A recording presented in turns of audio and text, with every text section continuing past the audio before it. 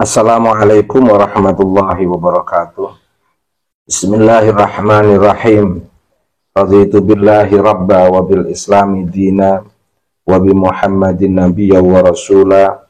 Rabbi zidni ilma warzuqni fahma wa wassi' fiyya rizqi wa barik li fima razaqtani waj'alni mahbuban fi qulubi ibadika waj'alni wajihan fid dunya wal akhirah wa minal muqarrabin ya katsiran nawal wa ya hasanal fi'al wa ya qa'iman bila zawal wa ya mubdi'an bila mithal falakal hamdu wal minnatu wasyarafu ala kulli hal. Amin ya rabbal alamin. Kita akan berniat menghatamkan kitab Jamul Jawami'. Semoga selalu dalam anugerah Allah untuk bisa menghatamkan kitab ini. Kita sangat berharap ridho dari Allah Subhanahu wa Ta'ala untuk kita semuanya yang turut ngaji di majelis ini, dan juga tentunya kepada semua yang turut menyimak kajian ini. Bismillahirrahmanirrahim. Bismillahi kelawan nyebut asmane Allah, Ar-Rahmani kang welas asih ing dalem donya lan akhirat, Ar-Rahimi tur kang welas ana ing akhirat bloko. Nahmaduka muji kita ka ing panjenengan, Allahumma ya Allah, ala ni'amin ing atase pira-pira nikmat, yu'zinu aweh weruh apa alhamdu puji diha kelawan tambahe pira-pira nikmat, wa nusalli lan bersolawat kita ala nabika ing atase nabinipun panjenengan,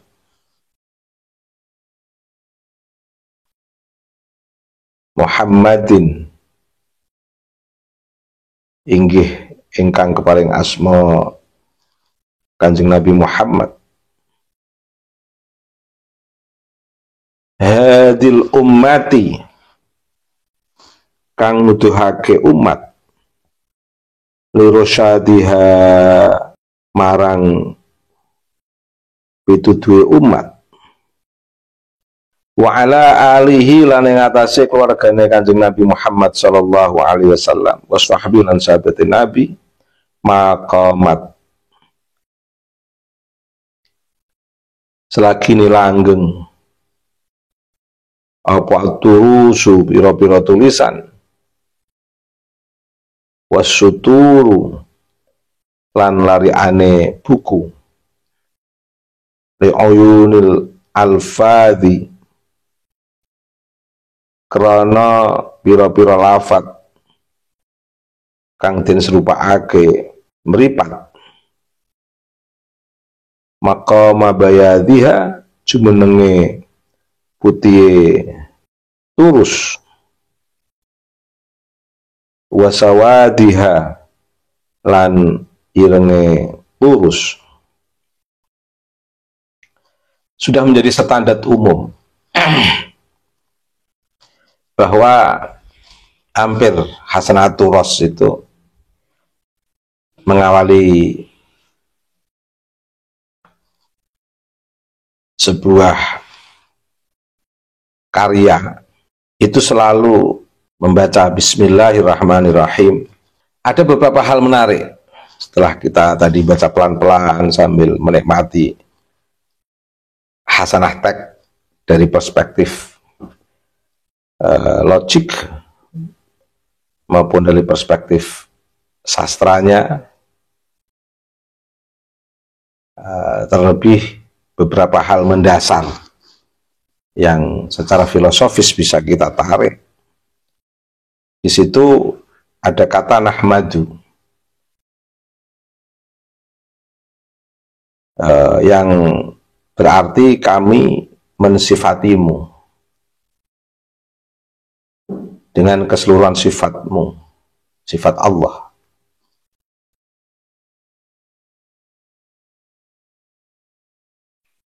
Teks alhamdu dalam kitab Al-Fa'iq karya Imam Az-Zamakhsyari merupakan bentuk refleksi atau penuturan sifat baik.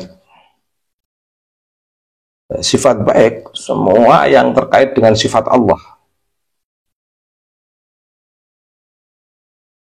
Semua yang terkait dengan sifat Allah adalah baik, atau kita tegaskan demikian.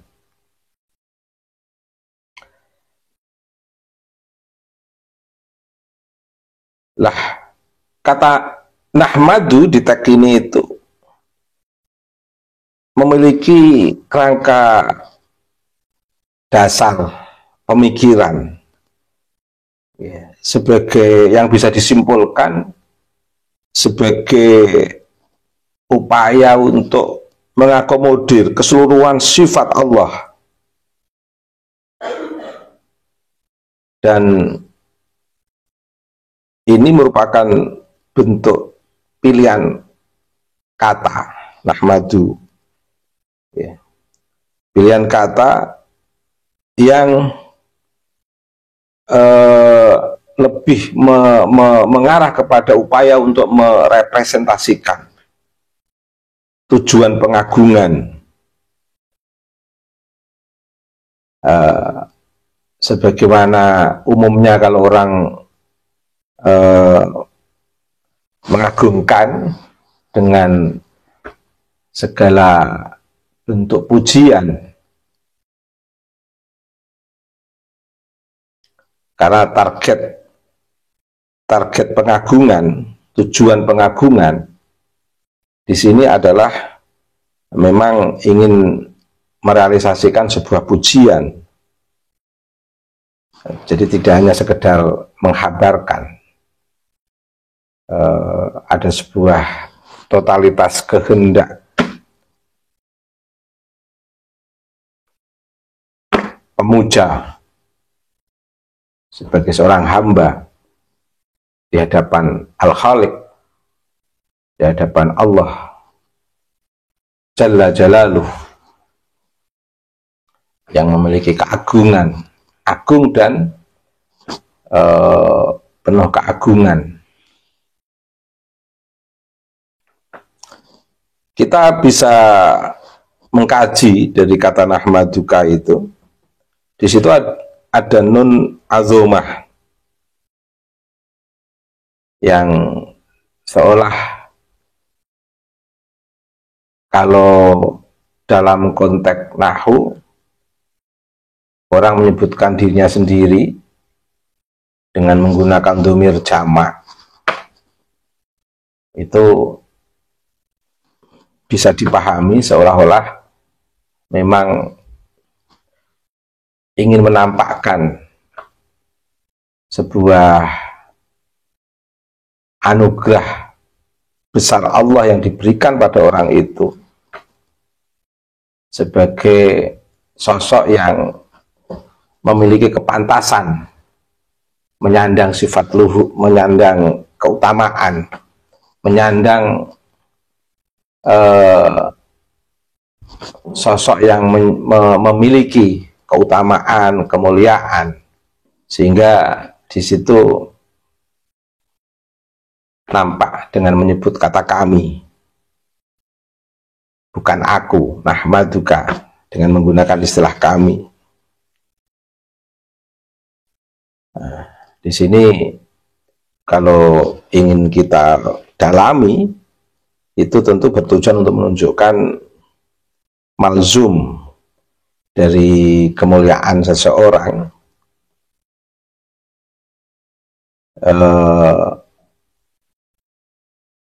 dalam suasana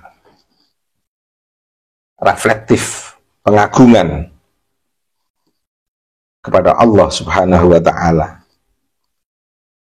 Ya, bentuk kemuliaan seseorang mengagungkan kholiknya, mengagungkan penciptanya, suatu kewajaran, bentuk totalitas, merasa diuangke, merasa dimuliakan Allah, kemudian di situ menjadi sebuah keniscayaan, menjadi sebuah kemalzuman untuk mengagungkan Allah, untuk melakukan pengagungan kepada Allah, memberikan sifat pengagungan kepada Allah. Setiap pengagungan itu secara filosofis, secara mendasar, itu akan memunculkan sebuah makna adanya keagungan di sana. Nah, keagungan itu kan kalau istilahnya bisa disebut lazim, kelaziman, keniscayaan dari pengagungan. Sedangkan pengagungan tadi itu saya sebutkan sebagai malzumnya.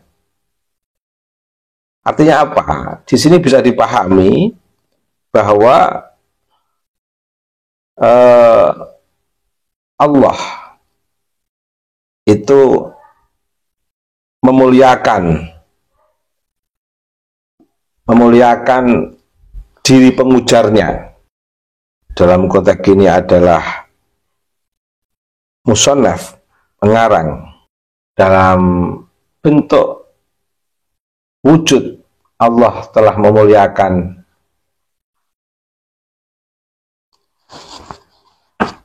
pengujar dari kata nahmaduka itu adalah bentuk keilmuan, keahlian, kemampuan yang diberikan oleh Allah kepada musannaf dalam konteks ini, atau pengarang. Nah, suasana kemuliaan yang datangnya dari Allah, yang diberikan oleh Allah kepada musannaf ini, itu sebagai bukti kepantasan musannaf menggunakan dhamir nun azamah yang di situ menunjukkan kemuliaan diri pengujar yang telah diberikan anugerah oleh Allah berupa sifat kemuliaan sebagai seorang yang berilmu, sehingga sudah merupakan sesuatu yang menjadi kepantasan atau sepantasnya untuk memuji Allah yang dia isyaratkan dengan menggunakan nun azumah itu. Saya kira itu filosofi yang bisa kita petik. Mengapa musannaf di situ menggunakan nahmaduka Allahumma ala ni'ami yu'zinu alhamdu bistiyadiha wa nusalli ala nabiyyika Muhammadin hadil ummah lirusyadiha wa ala alihi wa sahbihi ma qamat at-turusu was-suturu li'uyunil alfadhi maqama bayadiha wa sawatiha.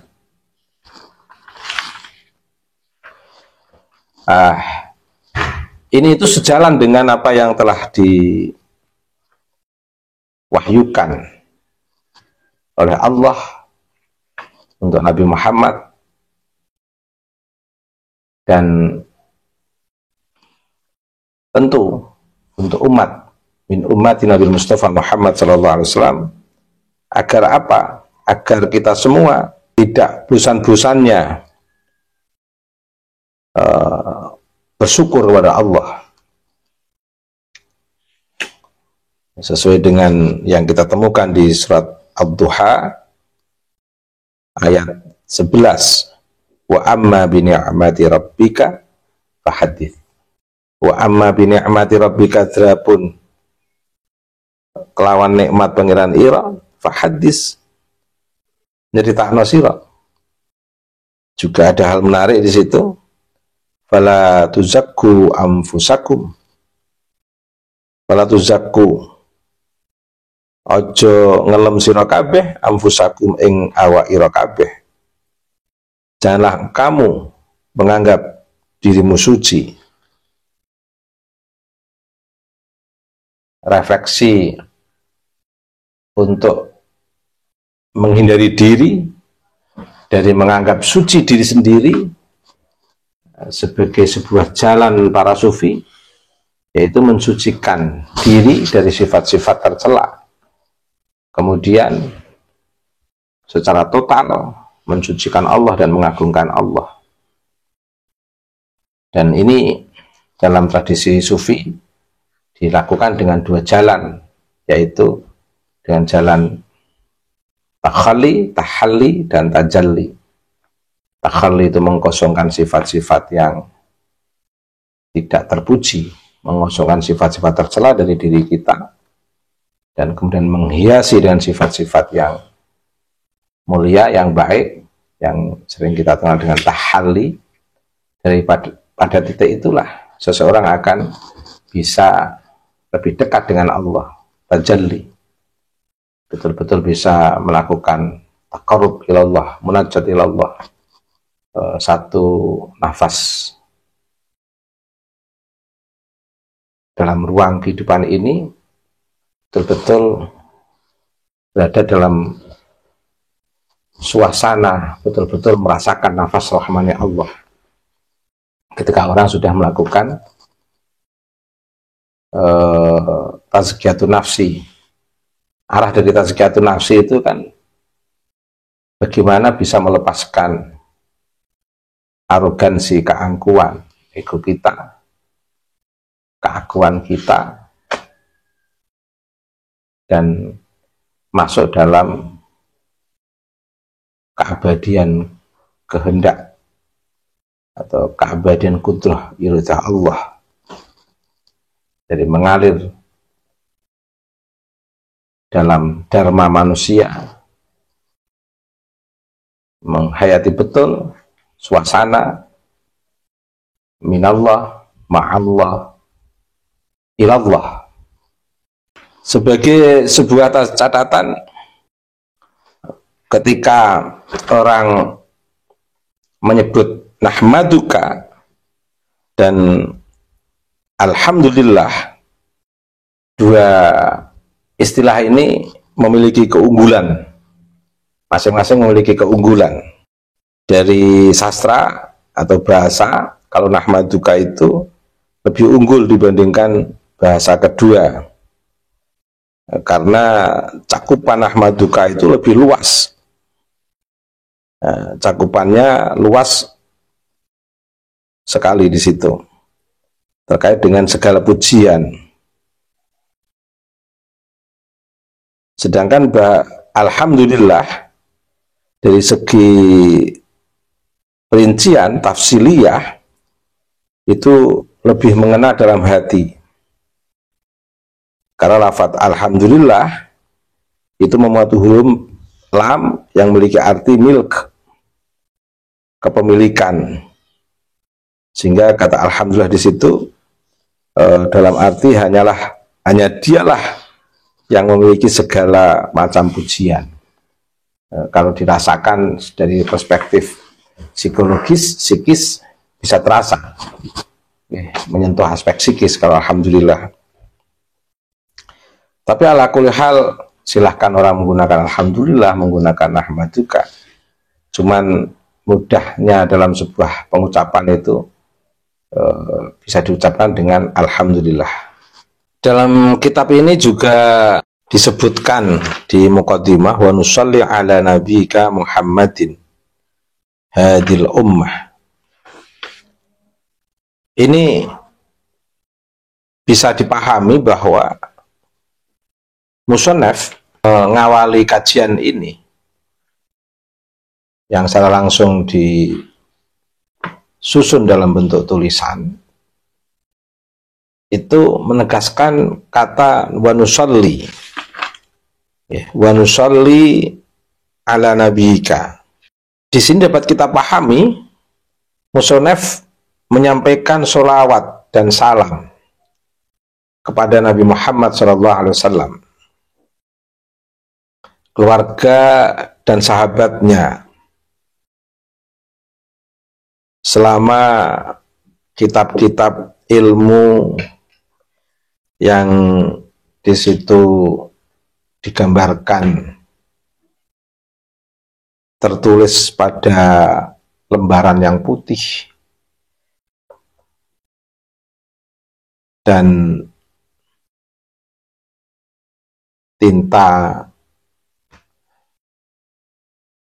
hitam yang tergores di atas lembaran putih. Mencoba bersastra beliau dengan menggunakan istilah maqamat at-turusu was-suturu,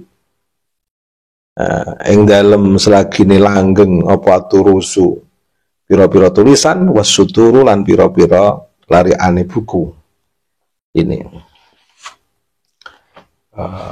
di atas kertas putih dan tergoresnya tinta hitam. Selama ini masih berlangsung, salat salam juga akan berlangsung. Di mengandaikan keberlangsungan salat salam selalu teruntuk Nabi Mustafa Muhammad SAW wa alihi wa sahbihi, itu dalam sebuah pengandian ketika maqamat at-turus was-sutur, ya, selama lembaran kitab-kitab dan tulisan-tulisannya yang menjadi sumber makna lafat-lafat menempati putih lembaran dan hitam tulisan, salat salam untuk Nabi Mustafa, keluarga dan sahabat akan terus berlangsung. Gitu maksudnya gitu. Ini sebuah nuansa kerinduan yang diimajinasikan dalam keabadian penuh rindu yang tak akan pernah putus untuk selalu berselawat salam kepada Nabi sepanjang berlangsungnya kertas putih dan goresan tinta hitam yang berisi jam'ul jawami'. Jadi ibarat silih bergantinya pengulangan cetakan kitab atau kitab yang terus berulang tercetak. Di situ salat salam tetap berlangsung. Gitu. Luar biasa. Luar biasa. Ya. Orang-orang dulu itu kalau menggambarkan cinta kepada Allah dan kepada Nabi Muhammad itu memang dahsyat. Dahsyat. Ya. Bahkan salat salam itu tidak hanya berlangsung selama kitab-kitab ilmu putih lembaran dan hitam tulisannya menempati tempatnya. Tidak hanya dalam konteks itu. Salat salam terus akan berlangsung selama para pengenyam ilmu atau mereka siapa saja yang menekuni aktivitas keilmuan, yang punya rasa cinta terhadap ilmu, terlebih yang terinspirasi dari dari kajian Jam'ul Jawami' ini, bahkan ila yaumil qiyamah salat salam itu tidak akan pernah berhenti. Wow, subhanallah, subhanallah, sallallahu Muhammad, sallallahu Muhammad. Dan ini juga digambarkan dalam sebuah hadis, la tazalu ta'ifatun min ummati zahirina 'alal haqqi hatta ya'tiya amrullah. La tazalu ora gingsir-gingsir sapa ta'ifatun gulungan atau kelompok min ummati saking umat ingsun zahirina kang padha mbela atau membela al-haqqi ing atase kebenaran hatta ya'tiya hingga teko atau tiba amrullah ya, apa dina kiamat. Jadi tak henti-hentinya sekelompok dari umatku akan membela kebenaran hingga tiba hari kiamat. Hadis ini bisa dilihat dari Sahih Bukhari Muslim. Jadi para ahli ilmu itu dengan keilmuannya akan terbentuk kekuatan perspektif pemikiran dan mentalnya serta perilaku dari perbuatannya untuk menjaga komitmen, menjaga kebenaran dari halusinasi, imajinasi, dan pola-pola yang tidak jelas, yang merusak kebenaran, yang mengganggu keberlangsungan risalah para nabi-nabi hingga Nabi Mustafa Muhammad SAW yang di sana memiliki target pembebasan dan pencerahan untuk membebaskan umat dari pola-pola halusinasi atas nama agama, imajinasi atas nama agama, tapi sebenarnya menjadikan agama sebagai candu untuk menipu umat, bukan pada inti agama yang menjadi dasar gerakan kelompok-kelompok halu ini, tapi justru mencerabut akar pembebasan dan pencerahan nilai-nilai keutamaan dan kebenaran di dalam agama yang diajarkan oleh para nabi dan ditegaskan kembali oleh Nabi Mustafa Muhammad SAW. Nah, target kajian kita dari kajian Jam'ul Jawama ini kan, bagaimana kita itu betul-betul mendapatkan ya kajian dan penjelasan dari dua usul, yaitu usul fikih dan usul din, asal atau dasar dari agama dan hal-hal yang mendasar, hal-hal yang mendasari sebuah pemahaman mendalam. Berangkat dari sinilah maka kita akan bisa membawa agama yang betul-betul bersumber dari prinsip yang mendasari nilai-nilai keagamaan terkait dengan keutamaan dan kebenaran yang dibawa oleh para nabi dan dikuatkan oleh Nabi Mustafa Muhammad SAW dengan konsep yang sangat, dengan prinsip pemahaman yang mendalam ini, maka kita tidak akan mudah dibawa oleh kelompok-kelompok yang menjadikan agama sebagai kedok untuk membangun halusinasi kehendak kuasa mereka, imajinasi kehendak kuasa mereka yang berujung pada kekuasaan untuk menipu umat, membohongi umat, yang mengarah pada upaya untuk menyenangkan diri sendiri, kelompok sendiri, tanpa menjaga komitmen risalah kenabian Nabi Mustafa Muhammad sallallahu alaihi wasallam.